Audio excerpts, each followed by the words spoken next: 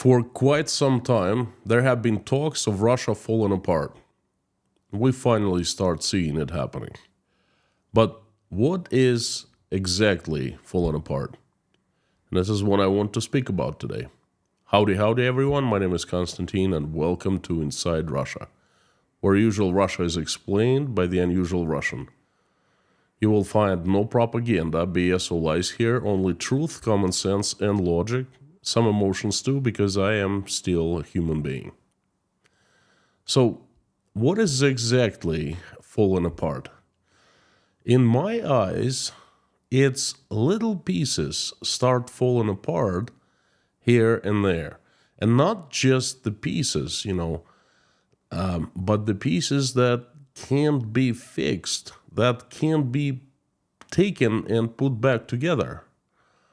When permanent damage is done, that's when things start falling apart. When something happens that hurts everyone and is felt by everyone, that is, things start falling apart. I personally call such things bottlenecks. I will talk of 4 bottlenecks today. There are other ones too, but these 4 are very obvious, and they are first. They are happening in front of our eyes. So I'll start off with oil refineries, and I'm gonna go in depth. And oil refineries products and crude oil. That's what I'm gonna be talking about. Russia is a major oil exporter. We all know that. Actually, most of Russia's riches, most of its money is earned by extracting oil and selling it to others. So basically, Russia is a large gas station pretending to be a country. John McCain said that a long time ago, and I did not believe that was true. But then, the president of my country, Vladimir Putin, admitted himself not too long ago, on November 3rd, that Russia was the gas station. Let me quote Russian president. Russia just ceased to be a gas station. The minute that I saw that message, I thought to myself, is he gone out there? What is he talking about? Then, hey, again, before that, I did not consider Russia a gas station whatsoever. But after Putin said that had been the gas station before, I started thinking so too. I mean, I agreed with Vladimir Putin. What do I know? If the president says so, it must be so. So it's about oil. There's an interesting fact. Russia, having huge oil reserves, was mostly exporting crude oil. And I'm saying was because it still exports, but in not that large amounts. So it was exporting mostly crude oil.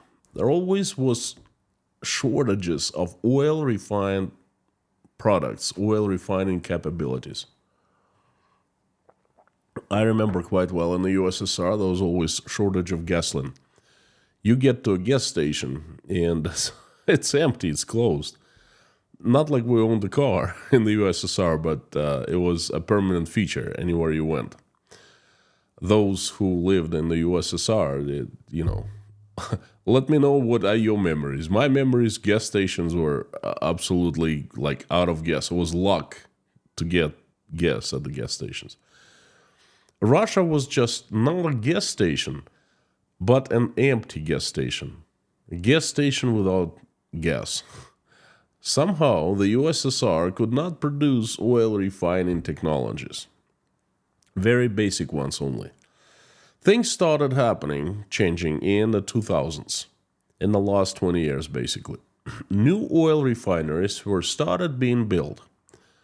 Yes, finally Russia started not just pumping oil out, extracting oil, but refining it. Oil refinery products such as high-octane gasoline are so much more lucrative than simple crude oil. So Russian oil companies started constructing big new advanced technology refineries all over the country.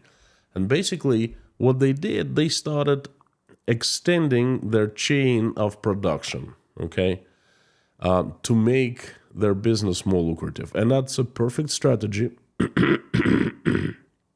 well understood, and certainly well understood by me. There's a catch. Russian companies did not develop oil refining technologies, but simply bought it from the West. I know that business quite well because I was a part of it. My engineering company made a bid once to be a major designer, a master designer of a small refinery in the south of Russia. We were trying to put a project together. It's called to develop a project.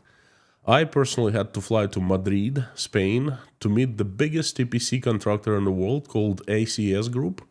That's a company that also owns the football club Real Madrid. You might have heard of it. So anyway, we were trying to attract them as the EPC contractor doing all the construction work. We would be designing the oil refinery. We had some experience, and we would bring subcontractors, designing local subcontractors.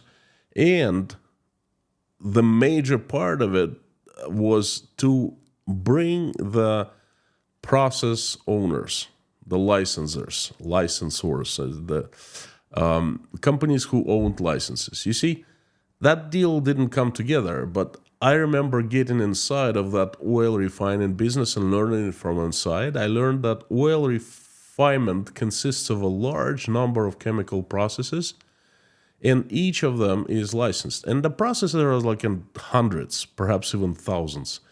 So you have to secure all the licenses to build a refinery. And usually you reach out, there's one or two major companies who bought or rented all the licenses and are reselling them, okay? Guess how many of those licenses belong to Russian companies? Zilch. All foreign, mostly American, but don't quote me on that, Perhaps the Western owned, perhaps European companies too. I don't quite remember, but the Western, 100% Western. The Chinese also do not possess this technology, and they must secure the licenses from the license holders. Somehow only evil, satanic, no good Americans do smart enough to come up with this... how do I say that? This to create this technology to very effectively refine crude oil. Funny how it works, right? Russia is so great. Again, Russia is so full of light for everyone. Does not possess one oil refining license, oil refining process. Could not discovered, could not research it, could not create it, funny, right? So anyways, new types of refining facilities have been built in the last 20 years with help of Western companies, license holders. And these facilities are called fluid catalytic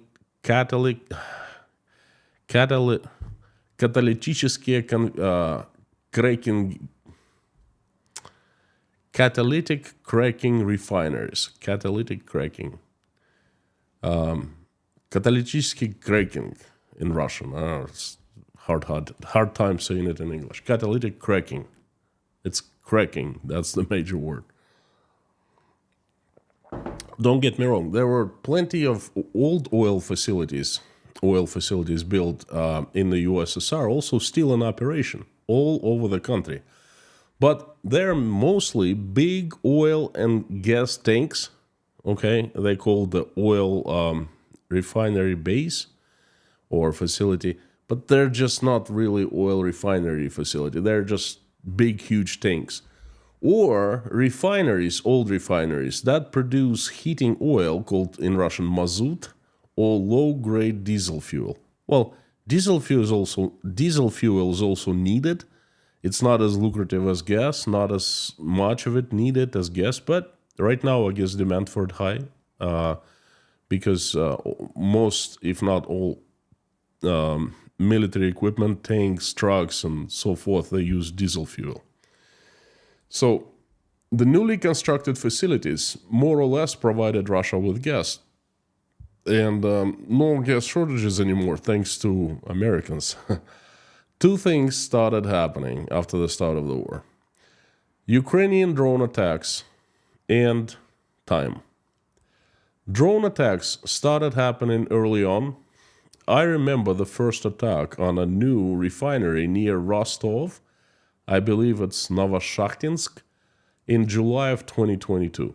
Happened 40 miles from the place where we lived, and it was a huge shock for all of us. It was the first drone attack, and before, none of Russians even had this idea that they could be attacked by Ukrainian drones, okay? But that happened, and again, I was shocked for a lot of people. And the attacks kept on happening. A low-tech drone targeted oil refineries. Over the course of 20 months, I've counted 16 major attacks on oil refineries with different results, but most of the results were putting the refineries out of commission for permanently or for some time. Funny thing here is these attacks are never talked about, as if they don't happen. They are never made public. They never make it propaganda news. You can't really sell increased stability and safety when drone attack your refineries freely, right? And this is what Putin was trying to sell us in the beginning. Hey, I did this to increase Russia's security. See, something 2 and 2 don't make 4 in this case, okay? You invaded Ukraine to increase Russia's security, but Russia's security has greatly decreased. Something wrong here? Perhaps you are no good as a president and you made a mistake? Well, just a thought. Anyway, some major attacks, most of them were not even talked about, but some major attacks were reported in the news as minor fires that miraculously happened on its own. Just fires happen, Well, lately the attacks have intensified. Oil facilities as far as St. Petersburg were targeted, and southern Russia was hit especially hard. But what was hit was mostly old oil refineries, the oil tanks, so to speak, or the refineries that produce low-grade products such as diesel and mazut.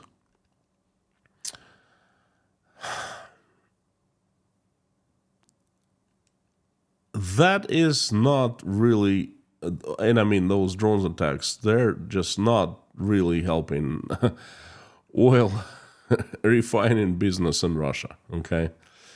But there is a bigger threat than Ukrainian drone attacks. There's much more, much worse than the attacks.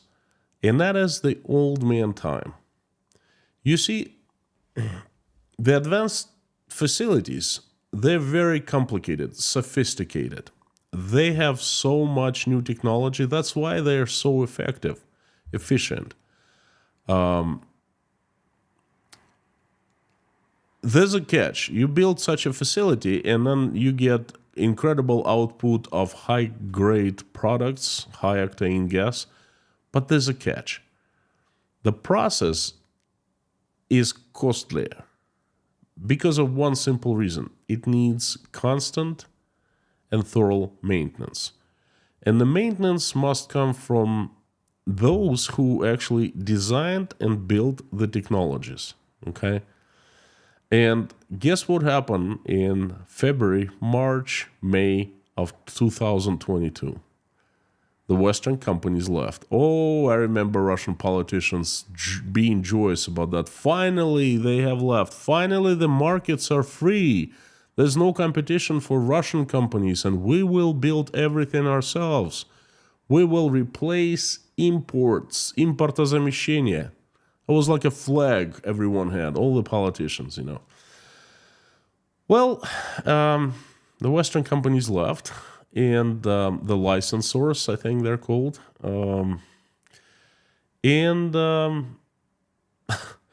Now, 24 months later, 23 to almost 2 years, guess what happens? Things start breaking down because there's lack of maintenance, because there's lack of replacing spare parts, there's lack of addressing the technical issues that happen. There's no personnel, no engineers. They're back where they came from originally. They're at the West. And nothing can be done. 2 large new advanced facilities in Nizhny Novgorod and Volgograd were put out of commission recently, not because of the drone attacks, but because of breakdowns.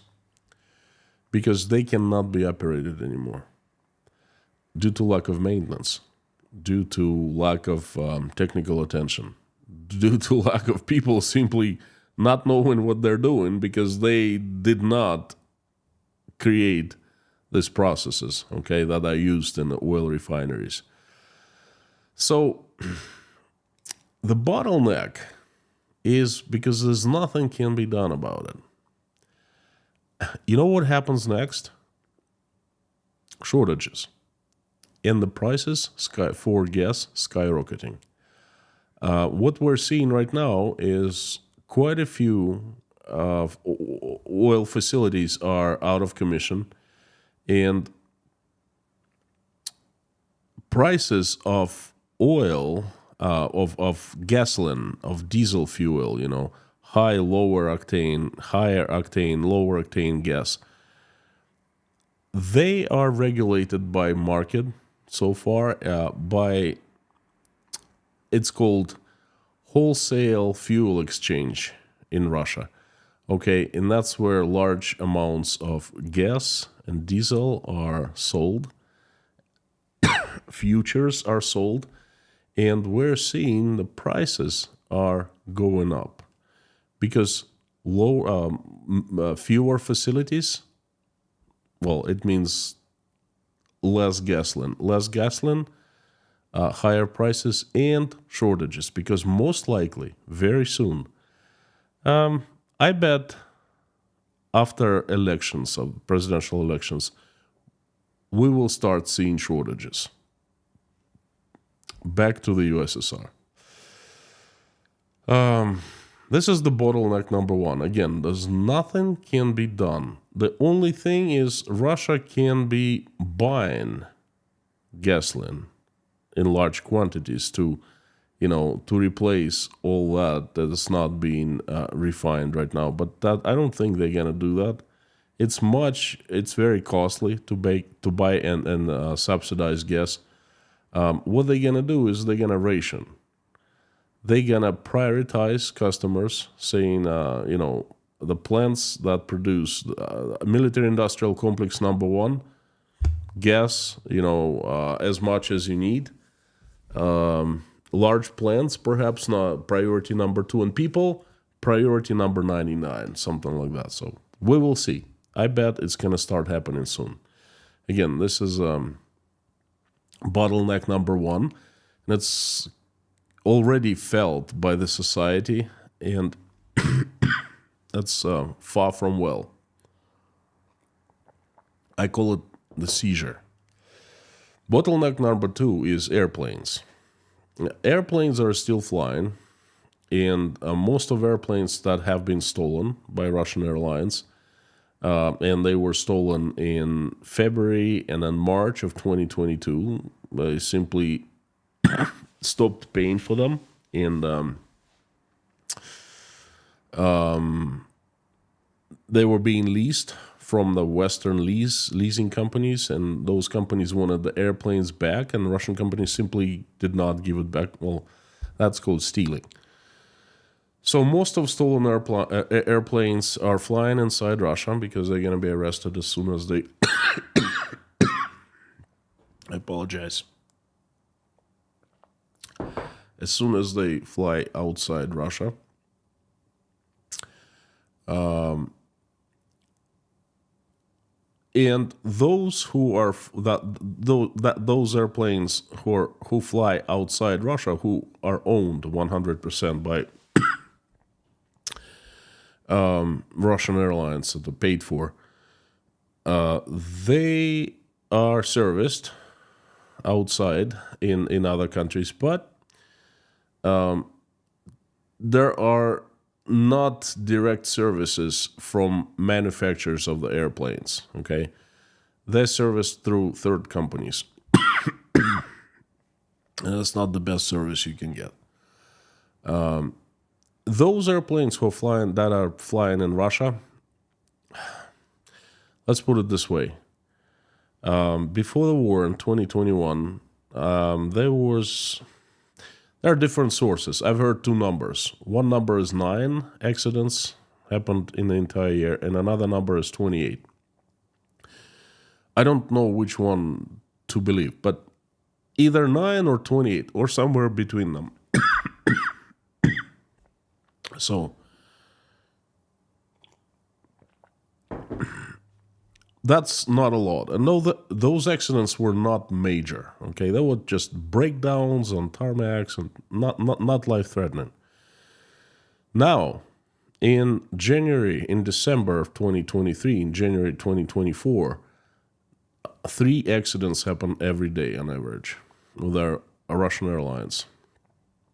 In flight, at the airports, engines blowing up, brakes breaking down, you name it, pieces of planes falling apart, you just name it, different kinds of problems. And that's a huge bottleneck in my eyes, because nothing can be done about it. There's simply nothing you can do. The best thing and the only thing you can do is to cannibalize some planes that you have to keep the rest flying. And I think that's what they're doing right now. And that is much more dangerous than having lack of gas, shortages of gas, because, hey, shortage of gas, we've seen it before. We've lived through it before. I mean, that's not going to kill you. It's just you're going to walk much more, and you're going to take public transportation, which is going to be degrading in quality. I won't even go there. That's topic for a different stream, because I remember public transportation in the USSR, folks. That was something else. I'm just going to show you pictures one of these days. But airplanes, they actually fall down from the skies and they kill people. Okay, so that's much more dangerous situation. And I made a video. I'm going to upload. It's all finished probably Monday or Tuesday next week. About 15-minute video about what's happening inside Russian airlines and how Russian airplanes are not flying well any longer. Bottleneck number 3 is trains. Well, folks, what happens when you can't fly at airplanes anymore? You take train. At least in Russia, trains are very well developed. There's a huge network of railroads, and this is how Russians mostly traveled in the USSR. The railroad is still there. The trains, they weren't preferred mean of transportation in Russia because everyone liked flying. It's much faster, and it was a little more expensive. Now, the entire southern and central Russia is left without airports because all airports are closed due to the war in Ukraine. Rostov, Voronezh, Krasnodar, Lipetsk, I think, you name it, Simferopol, everything is closed down, okay?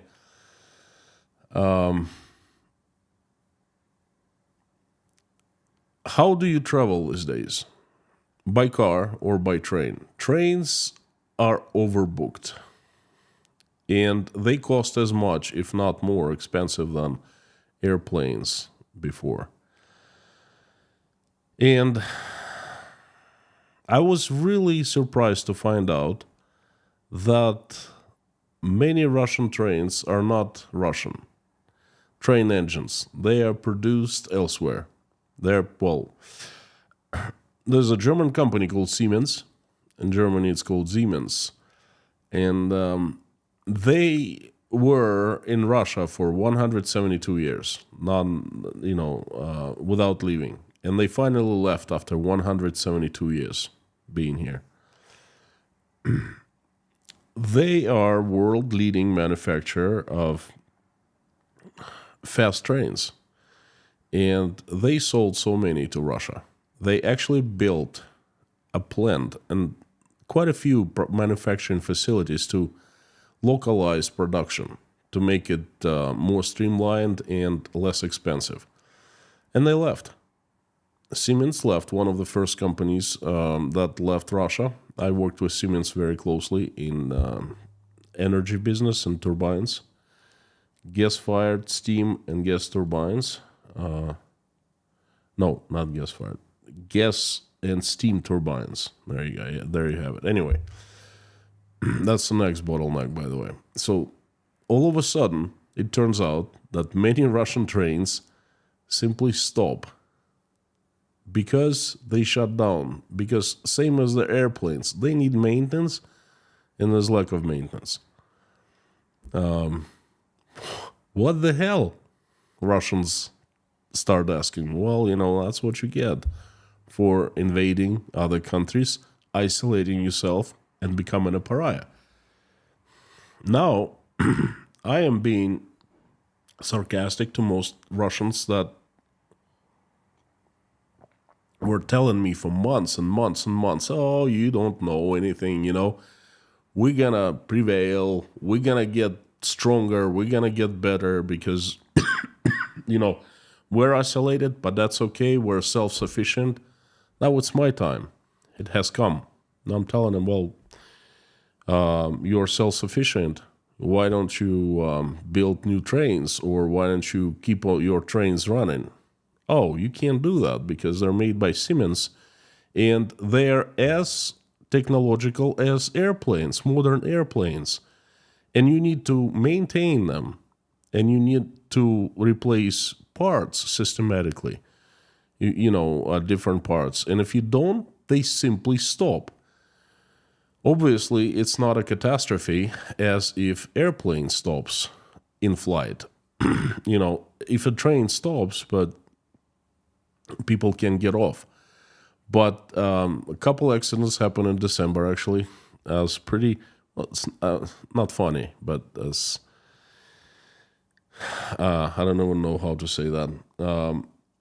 One train manufactured by Siemens stopped in very low temperature in the middle of a field, pretty much in the middle of nowhere. And people started freezing. There's no electricity, complete darkness, and no people were to bail them out anywhere close by. And they were in minus 32 degrees Celsius. And, train is made of metal.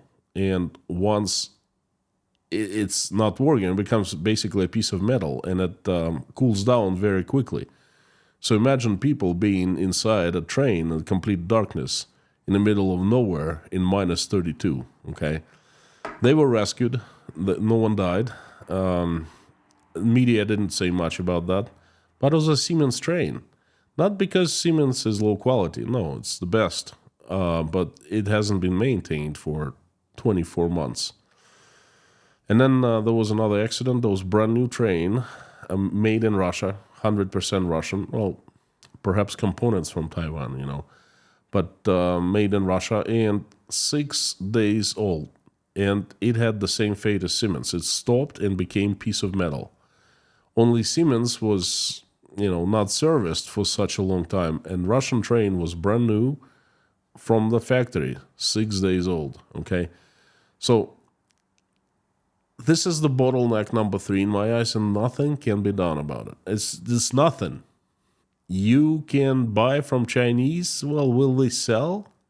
Big questions. I haven't heard of Chinese trains, running in Russia. But I've heard of more and more trains breaking down, and they're doing the same thing with trains as with airplanes. They cannibalize some trains to keep the rest going. It can only work for so long, and it definitely will not last. And number 4, the bottleneck number 4 is turbines, gas and steam turbines. You see, again, Russia manufactured, the USSR manufactured its own turbines,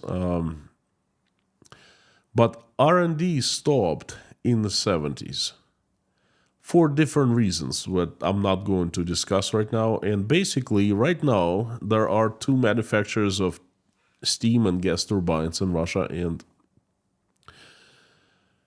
they are 70s, 60s technology. I know quite well because I was in the power plant construction business for about 20 years, and I know all the manufacturers, turbine manufacturers, Russian and foreign. Basically, the Russian market was divided into 2 parts. The 2 Russian manufacturers were considered marginal, and they simply were they made new turbines, but it was a niche products, so to speak. Everyone wanted to get turbines manufactured by Siemens or General Electric. The best, much cheaper than the Russian ones, because they used less metal. Okay, and the metal is costly, and they were much more efficient. And efficiency is money in energy business, okay? So no one really wanted Russian turbines, only Siemens. And, of course, they were out of commission much less time than the Russian ones. The Russian turbine manufacturers were kept afloat because they supplied turbines to low-end markets such as Mongolia, or there's still plenty of turbines working, thousands of them, built in the 60s, 70s, and they still serviced. So now manufacturers produced spare parts. But most new power plants, modern power plants, used Siemens or General Electric technology. And there were quite a few power plants built in the last 25 years. And basically, that has made this entire energy sector, energy industry, a big, big bottleneck. Because turbines are not, it's a very sophisticated equipment, and it needs maintenance. When I tell you that, I don't tell you anything, because it needs maintenance like you've never believed. It needs engineers by the manufacturer coming and checking on the equipment.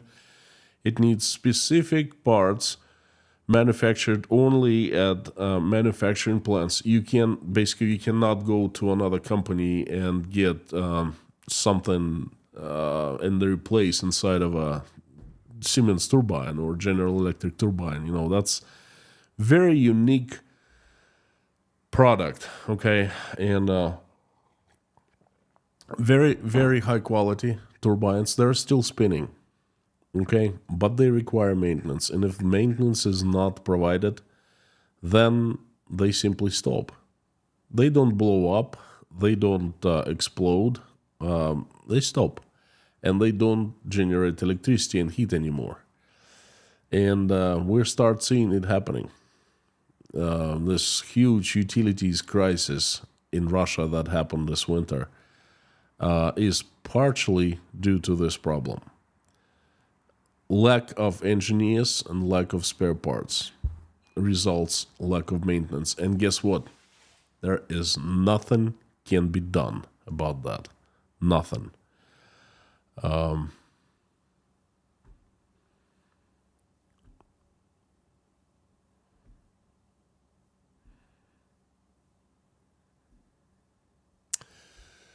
Well, there are more bottlenecks, and I'll be talking about them, but it's enough for now. I think these four things are happening.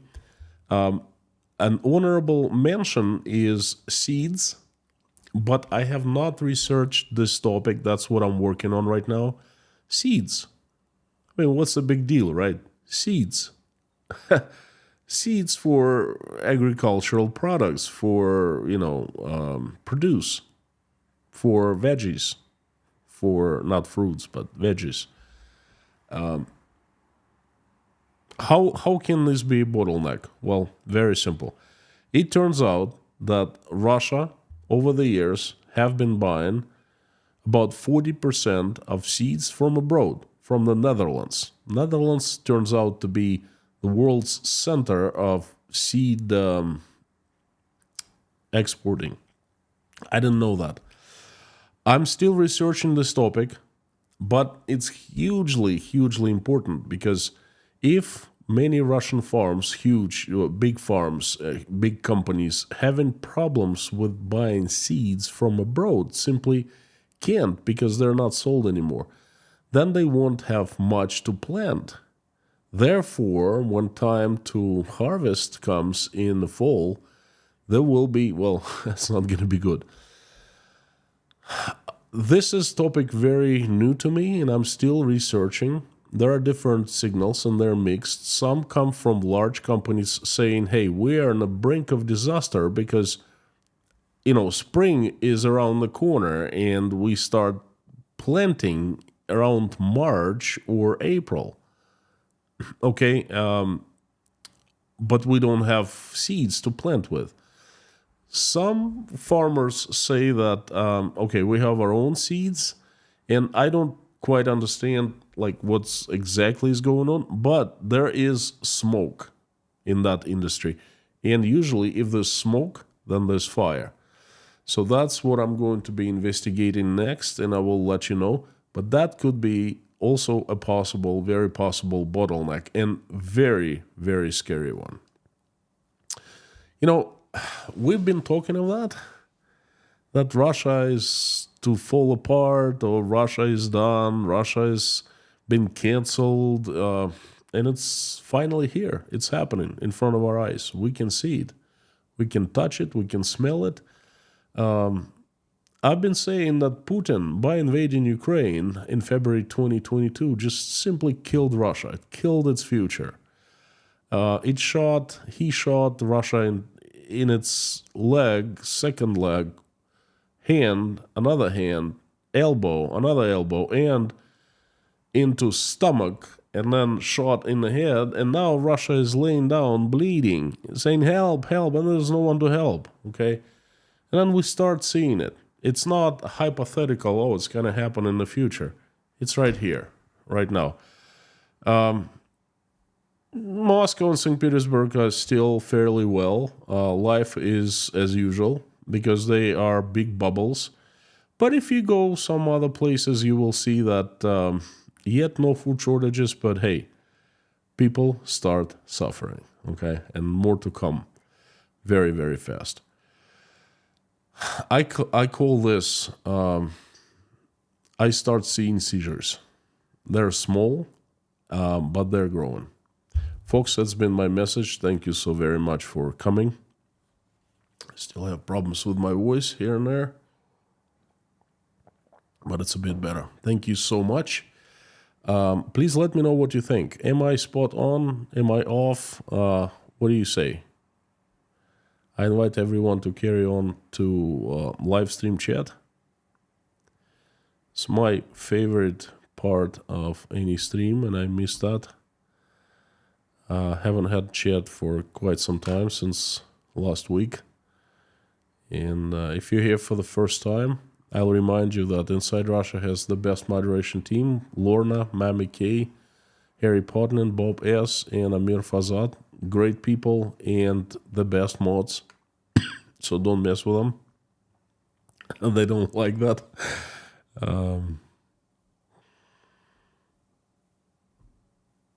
I'm ready to answer questions. If you have something nice to say, it's fantastic. It's always pleasant to see that. You know, a recent phenomena is I started asking people to comment, saying something like, oh, look, help me out, help this channel out by making a comment. And if you have nothing to say, just say something nice and pleasant and encouraging. It's very pleasing for me to read. And you know what? I started receiving thousands of comments. People saying, hey, I've been watching you for a couple years, never say anything, but this is the first time, but this is, doing a great job, and I like this channel, and this is so encouraging. So thank you so very much. And the chat is on. Great to see everyone. The usual suspects. As usual, if you want me to read your message, notice your message easier, please put it in all caps and put Inside Russia after @ so that it jumps right into my eyes, highlighted in orange, just like Baker Stock did. Thank you. Again, mods, howdy and thank you. Mami K, Lorna, Bob S. Harry, I think he's not here with us, but he's in our heart, and Amir might show up. We'll see. And Nightbot keeps things in check. So, howdy, I'll be reading the messages in caps and highlighted in orange. Mr. Kaliskin from Chicago, Stephen Lindholm, thank you. Paula W, Face Russert, Kermo. If I start having problems with voice again, I'll cut the stream short, sorry. KG1, Karano, howdy. Scott Nesbitt, Jonah Byra from Liverpool. Lilith Eden. Angela McNaugh, Andres Benz, Mac from the UK, Erasmus from the Netherlands. You keep all the seeds and you sell them. This is great business, by the way, It's absolutely fantastic. Kevin Baker, Sam K, you're the legend. Howdy, Joao Morenos, good evening. Upstate New York, Leslie Fleming. Big Skunk, I don't know, so I take information with a grain of salt. Always do.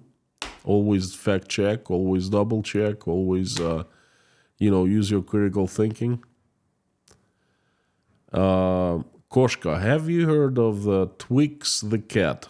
Not only I've heard of Twix the cat, I made a live stream and I put it up in the news.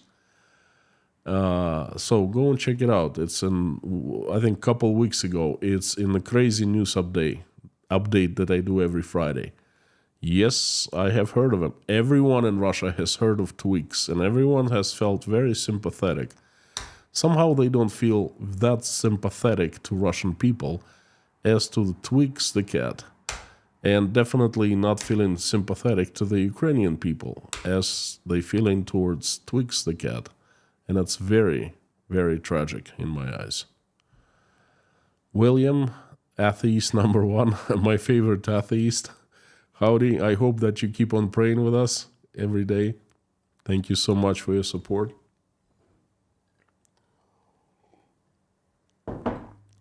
Justeri, nice to see you too. Thank you, KZK. Brazil is in the house. Viva Brazil. Wow. You folks play football the best, that's for sure. Guy, howdy. Bryce, Frank, hello. Rosembo, howdy.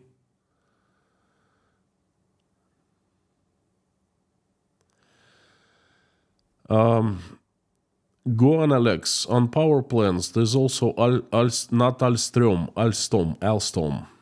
Do you have it in Russia? Not only we have it in Russia, I was in charge of relationship with Alstom for quite a few years. It was our partner, but not in power generation business, but in power transmission and distribution. Basically, electricity substations, high voltage substations, and high voltage power lines. We did so much work with Alstom. It was Arriva, a French company called Arriva, and they sold their division, high voltage division, into Alstom. Alstom became the owner, and it finally sold back to Arriva, and Arriva sold that division to General Electric. So I don't recall Alstom being in the power gen business in Russia. I don't think so. Only Siemens and General Electric. Mitsubishi were trying to break in with their turbines, but no luck. I don't recall one project where they sold their turbines in Russia. And the Chinese were trying to push their turbines real hard, but they're crap. I visited a brand new facility here in Uzbekistan that they built, turnkey, and the downtime is 50%. Basically, the turbine works 1 hour and 1 hour doesn't work, and there's a team of Chinese engineers constantly at the power plant, not too far from Tashkent, and they're just sitting there and constantly fixing their turbine, and they don't know what is wrong with it. So far from quality stuff, But I don't recall Alstom being in power gen business. Power transmission distribution, yes. And I have tons of friends, tons of colleagues used to work there. Some of them I met in Tashkent, believe it or not, from Alstom in the old days. The good people fled,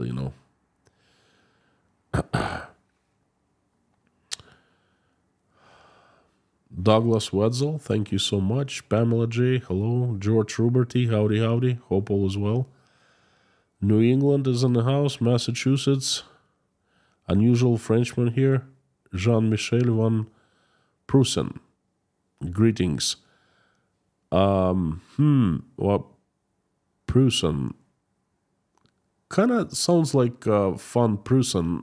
Isn't it German last name? Very unusual Frenchman, but welcome. Jean-Michel. Blackhead, good to see you.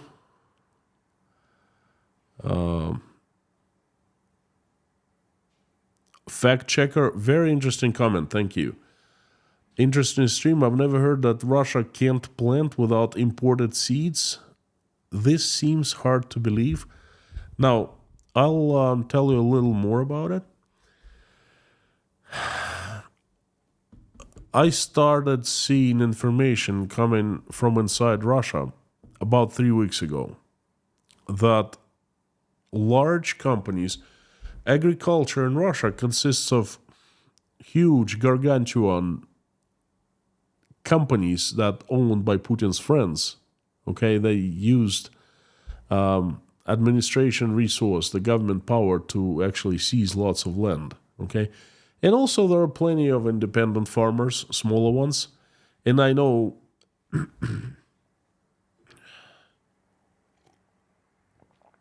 my uncle used to be a large farmer. In the USSR, he was in charge of kolkhoz, a collective farm. And then now he owns lots of land. But now he's a small farmer, okay? And then anyway, he's spent all his life on land, if you know what I mean. He planted and harvested like 60 times, 60 years. And I reached out and asked him, he said they did not have any problems with seeds because they always use their own seeds. But he said they're bigger companies. They buy seeds. They buy different kinds of seeds, including genetically modified. Used to be illegal in Russia. Now it's legal. Right before, well, after COVID started, they changed many laws without letting Russians know because everyone was worried about COVID. And then one of those laws was now genetically modified seeds are illegal in Russia. He said that many large companies buy seeds indeed. But again, I am not saying because I'm still not sure myself. Okay, I'm still investigating. But it's a hugely interesting thing to watch, and it's potentially very dangerous for Russia because if they don't plant soon, within like 6 weeks, then comes next harvest, things will not look good. And comes next winter, things gonna be terrible. There will be real shortages. Whew. Alona West, how's your wife and children? Thank you so much. So far, so good. They, the worst time is over. They left their country. It's always difficult. They have, although they didn't regret much at all, but still, leaving your own country and getting settled in a different place is difficult. So they're fine. They're over it. It's called culture shock. They're over culture shock. It's been 6 months. Fine. Michael is a busy bee. He swims. He plays ice hockey. He plays chess. He plays with friends and he goes to school. Dasha goes to school. Oля is also busy helping me out and with other things. So, and Natasha is super busy with everything. So thank you for asking. Uncle Brat. Thank you so much. Thank you for your support. Thank you. Pat Stewart. Hello from Oklahoma, USA. Always enjoy your streams. Thank you. There's a new feature. You can actually thank super chats now. Wow, it's always something new about YouTube. Cool. I like it. Let me like every single super chat. I wish I could put love love button, the hearted. Alison Gorski, welcome to Inside Russia, a new sponsor. Thank you so much for joining us. Welcome to the community. And Blackad, thank you, friend. How's Mama better send her chocolates from the fence of hers and I? Blackad, I promise you that I will buy her chocolates, and most likely she will have those chocolates so you could see them. You could see her having the chocolates with tea. How about that? Thank you, friend. Whew. Susan Angelo, are Russians sympathetic to Ukrainian cats? I don't know. Ask Russians. It's not really my concern. I show sympathy to people, not cats. Cats come after people. Sorry. Marie Doran, howdy from Ireland. It's been a long time since I was here. Been in hospital recovering. Hope as well. Let's put you on the prayers list. All is well. Busy, the usual.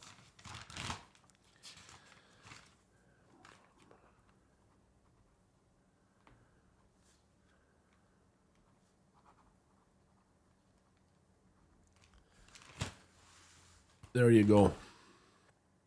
Hope all is well with you, and hope you're recovering, and hope you will recover soon. We'll start praying for you.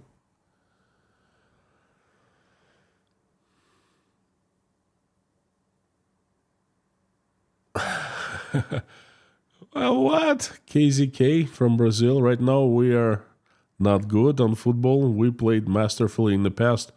But trust me, I know. I grew up. Brazilian football was always considered the best, the golden standard of football.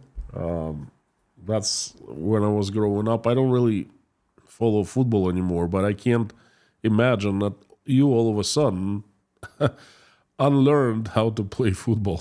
Don't tell me that. KG1, infrastructure or war? Who will pay? Austerity for the population, no doubt. Well, it's very obvious who will pay. The very same who have been paying for everything, for the war, for troubles, for the government stealing. It's the Russian taxpayers, the Russians. It's their money after all. Infrastructure is going to go, and it's going to be a part of Russia's demise. I can't say catalyst because I'm not sure. I'm not sure what the catalyst will be. Either power groups inside the government will be stirring things up, or perhaps protesting that people, we already seen it in Bashkortostan, in Yakutia, in Moscow, by the way. We saw protests not too long ago, this past weekend.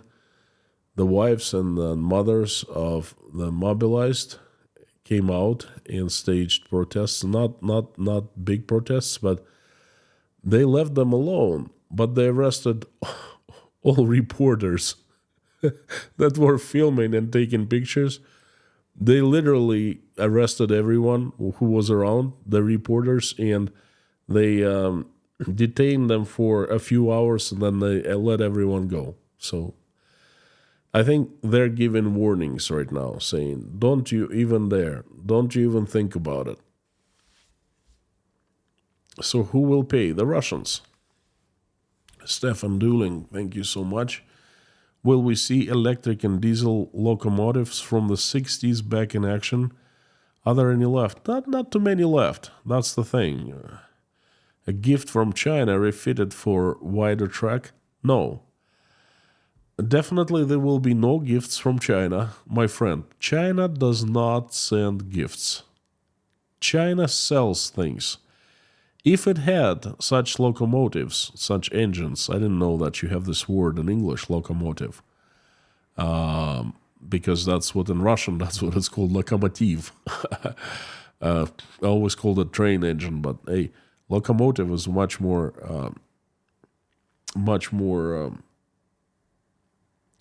familiar to me.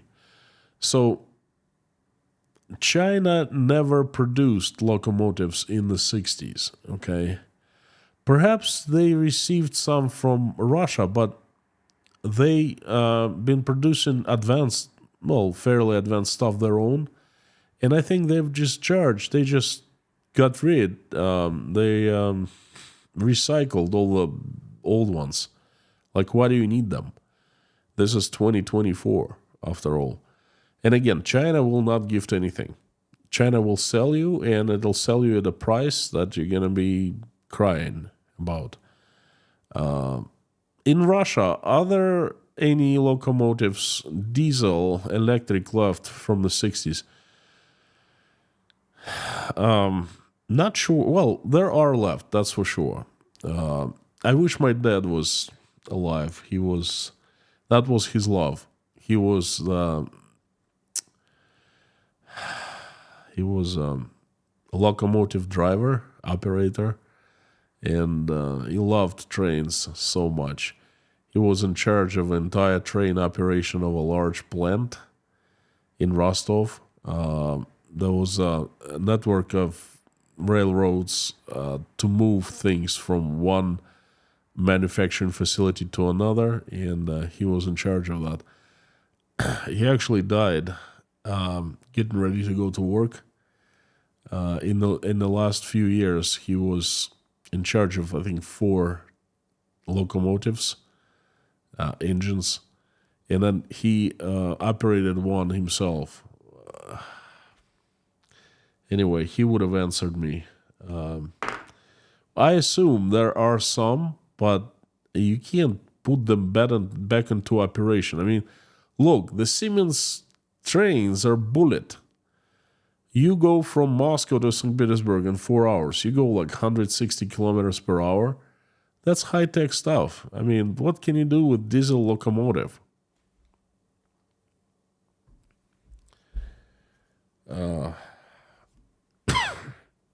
Black Cat, thank you for sponsoring 5 people. Thank you so much.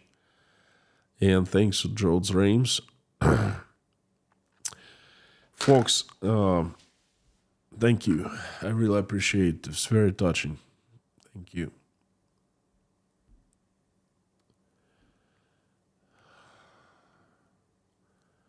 David Porter, so good to see you. Chernovtsi, Ukraine.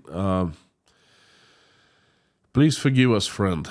I know that you're constant threats of Russian missile attacks, and every time I hear about that, my heart drops.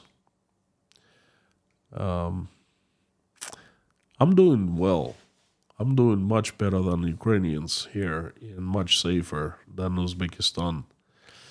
The good news is I was invited to visit the Ukrainian club of Tashkent. I was welcomed there.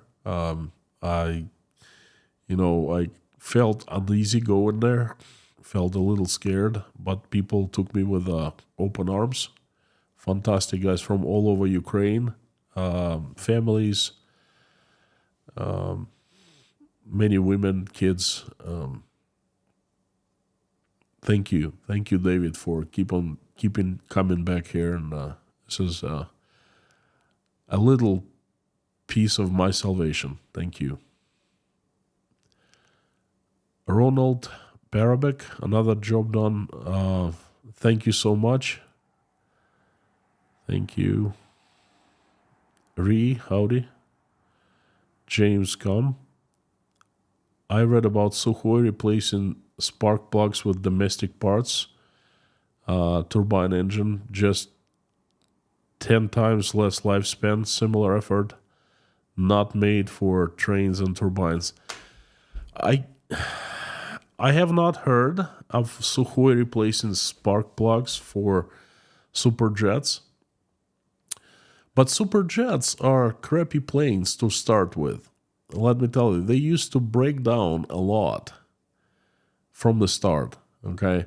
There was an instant, I think it was airline in Ireland or Brazil, I think it's in Ireland. It bought so many Sukhoi jets, and then it just gave them back because they were crap, okay? The accidents happened with Sukhoi superjets, Superjet 100s, even before the war when everything was normal. Now there are,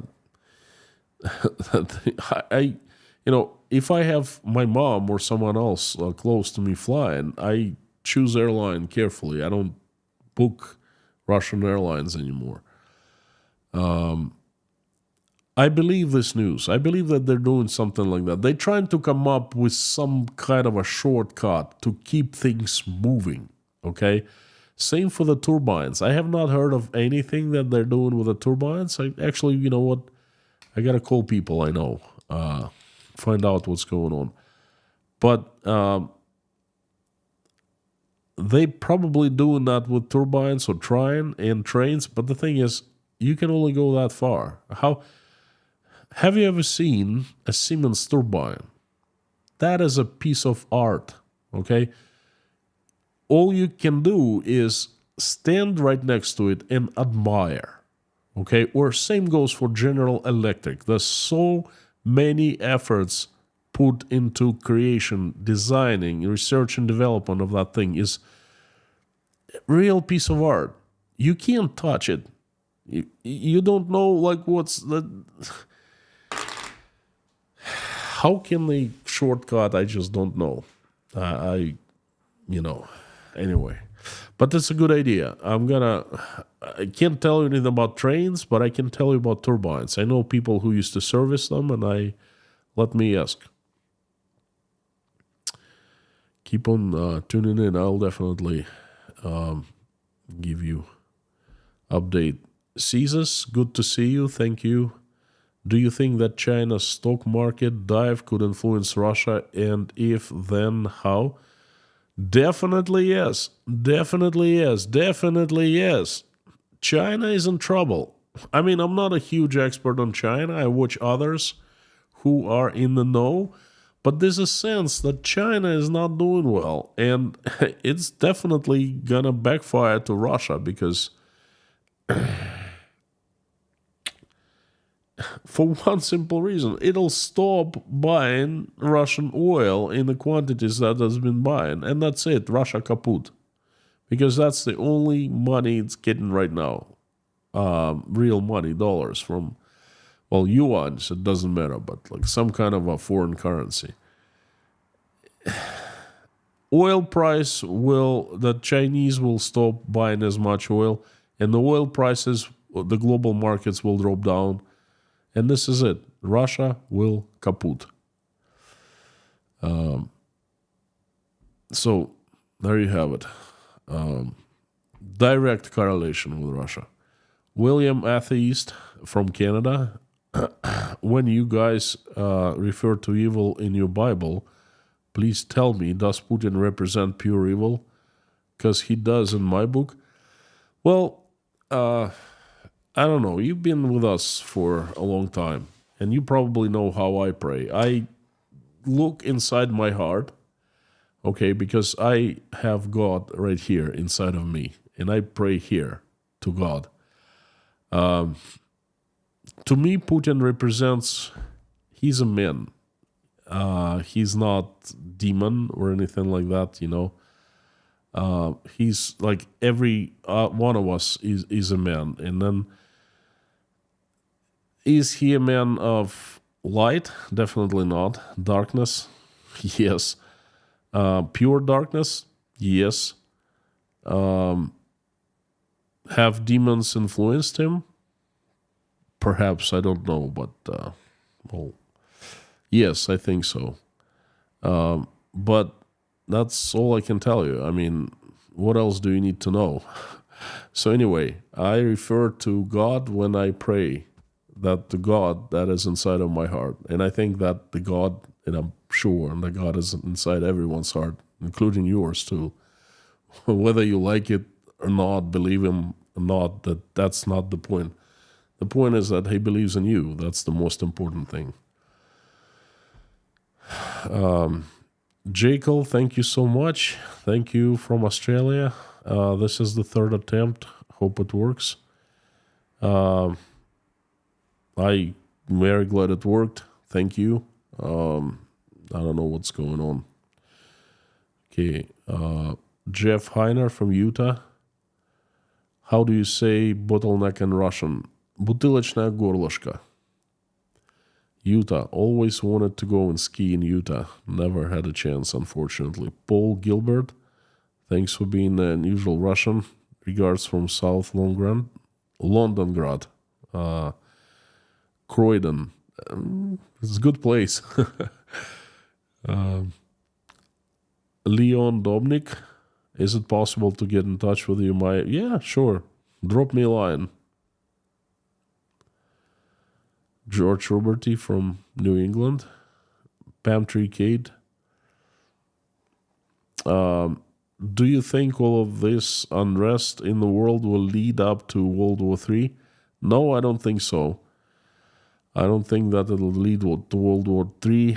I think it'll lead, it's going to be a big turmoil. Well, it has been a big turmoil. And then I think that things will get better. And then we'll have an age of prosperity, just like we had in the 20th century. Folks, compare now, what's going on now, to what was going on in 1924, 1917, 1920, 1930. Turmoil, big one, huge one, global one, and then area of relative prosperity. So I think that's the same thing. History is repeating itself. Friends, I'm going to be wrapping up for today. Thank you so much for coming. Fantastic to see everyone. Good to see everyone in the chat again. I've been having troubles with my voice out of the blue. I don't know why. It never happened before. It's always one thing or another, I'm thinking of taking a couple days break, but I don't know. I gotta discuss with the mod team and with my family. So stay tuned. Anyway, if I take a break, it's not gonna be for long because I can't stay from YouTube for a long time. I just I can't do that.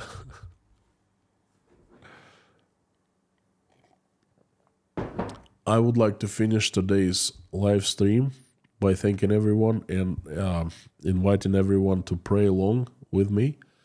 And atheist number one is definitely invited to pray. You don't have to call it a prayer, just call it sending good vibes to people, good wishes, or good energy. It doesn't matter. I think in my eyes, it's the same thing. So let's pray. In the name of Jesus, yes. Thank you.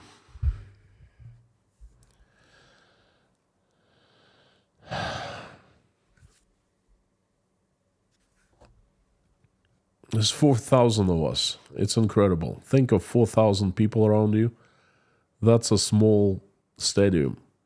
It's absolutely incredible. Thank you, everyone, for being here. Thank you for participating in the live stream chat, and thank you for praying.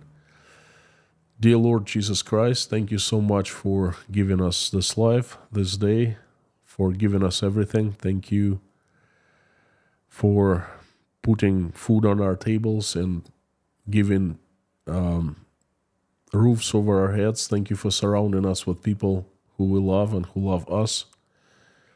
Please give us wisdom to keep the skies above our children's heads peaceful and safe, and give us wisdom to raise our children, so when they grow up, they will make this world a better place, will never engage in any wars, and they will love each other and be friends with each other. For now, please keep our children safe and healthy, because they are our world. Dear Lord, please help stop the bloodshed in Ukraine. Help every single Ukrainian who has been affected by this terrible disaster, who has suffered. Please answer their prayers and make their wishes come true. Please reach out and touch the hearts of those who can make the decision, is capable of the decision to have this bloodshed stop. Reach out and touch their hearts, fill them with love, mercy, empathy, remorse. Make their hearts softer so they wake up from their lethargic sleep and stop the bloodshed. Please send angels to every single person in Ukraine to keep them safe. Help my country, Russia, by assembling your strongest angels with sharpest knives and swords, led by Saint Michael, and sending them down to this earth to get rid of the demons that have hijacked my country, the demons that we know by faces and by names. Please have angels help good people run Russia to make it peaceful, respecting, loving, respected and loved. Thank you. Send safe travels to everyone who is traveling. Send help and safety to everyone who is in trouble, in dire straits. Send angels to help everyone who's being betrayed right now and is hurting.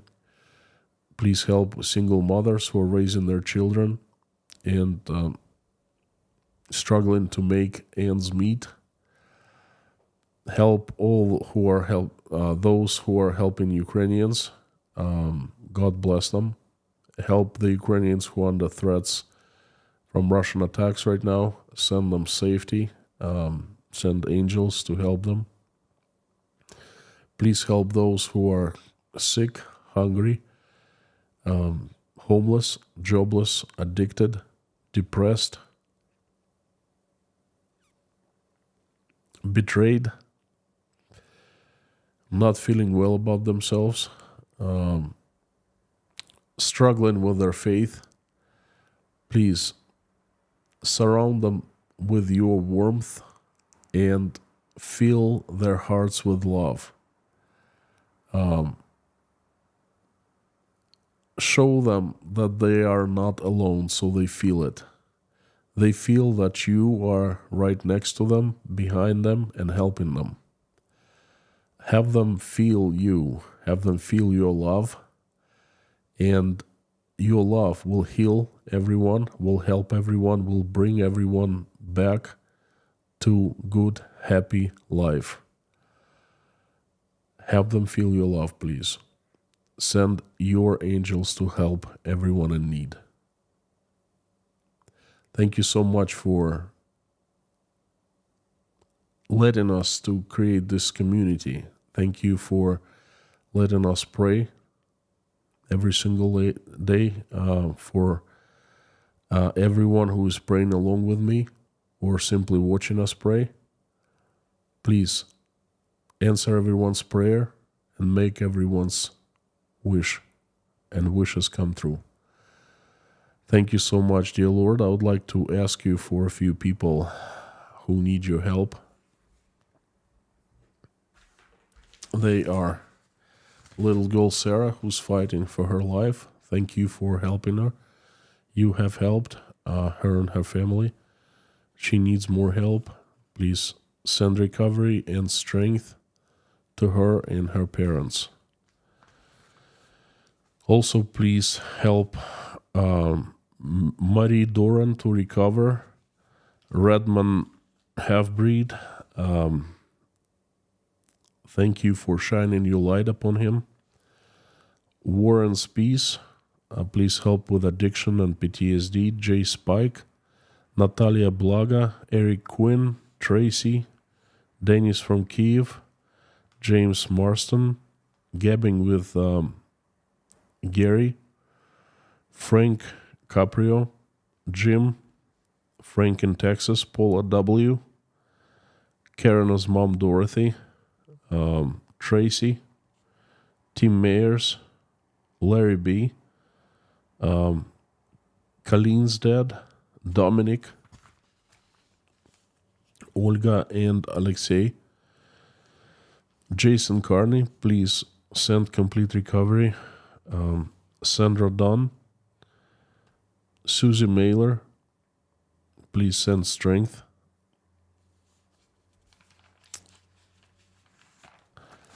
Kyle E.'s wife, Rhonda McGillis, Morgan L., please keep on sending recovery, help to further recover, and Larson's daughter, Hannah. Dory's Uncle Jim and Dory, Terry Carter's fiancé and former in-laws, Electron's family, Deborah, Boggy Burger and two sons, Kurt from Colorado, Wayne, fighting two cancers, Dave, Dawn, George Ruberty, White Lightning, Lise Dumbrell, Darla, Julia Haney, Yelena, please send safe travels, Natasha, Jake, Michael, Oля, Dasha, Sky, Bonnie, Svetlana, Michael, Randolph, Mr. Dean Spooner and his church, Lisa, Grace Philosophy, Leif, Stefan from Sweden, David Porter, his family, and all people in Chernovtsi, Ukraine, John Lee McMahon, Terry Carter, Meta Spencer, Pamela J. And dear Lord, please help all children from Ukraine who have been misplaced by this terrible tragedy. Please help everyone. Please help them, return them to their families and to their parents, and give parents the strength, please. Dear Lord Jesus Christ, Amen. Friends, thank you very much for coming. It's an honor to have you. Pleasure. You are awesome and you rock. Coming back tomorrow with another message that's going to be, as usual, world's news update as seen from Russia. There's so many news I'd like to talk about. It's already basically done for tomorrow, so please come back, and I hope you enjoy and find it both funny and informative. And before I sign off, I'd like to ask you to do the usual. Please say it along with me out loud as you can. Carthago delenda est.